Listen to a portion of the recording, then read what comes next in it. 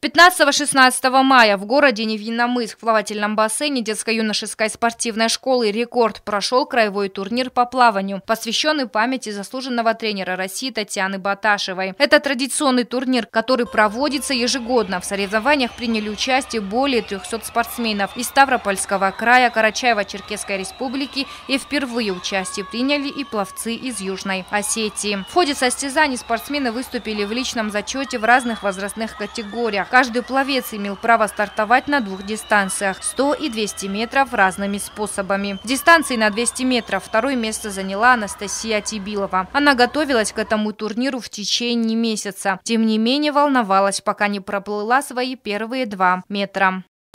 Было трудно, я сначала боялась, но когда уже проплыла, я подумала, что мы сможем выиграть, мы сильные. И проплыла свою дистанцию, заняв второе место.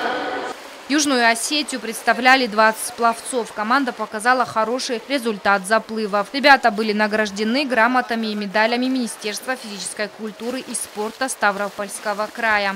Нашу республику представляла сборная команда. Это действительно были сильнейшие пловцы в своих возрастных группах.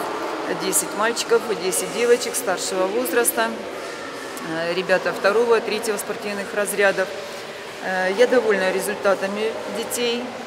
Да практически все показали свои лучшие результаты. Проявили свои бойцовские качества в эстафетном плавании. У нас в 4 эстафетах 4-е места, что тоже очень приятно, потому что там было 8-9 команд участвовали в эстафетах, и мы практически вплотную придвинулись к пьедесталу. Это хорошо. По словам тренера, ребята показали себя достойно не только в заплыве, но и отличились своей дисциплиной и воспитанностью. Многие подходили к тренеру со словами благодарности и восхищения.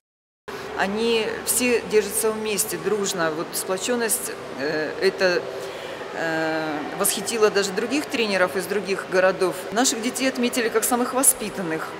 Они действительно корректно себя вели и в гостинице, и в бассейне. Сотрудники бассейна подходили ко мне, говорили, у нас более воспитанных спортсменов давно не было. Очень приятно мне, как тренеру, как наставнику этих деток. Сейчас спортсмены готовятся к международному турниру, который состоится здесь, в Южной Осетии. Приедут также пловцы, которые принимали участие в краевом турнире в городе Невинномысск. Агунда Губозова, Александр Кочиев. Информационный выпуск сегодня.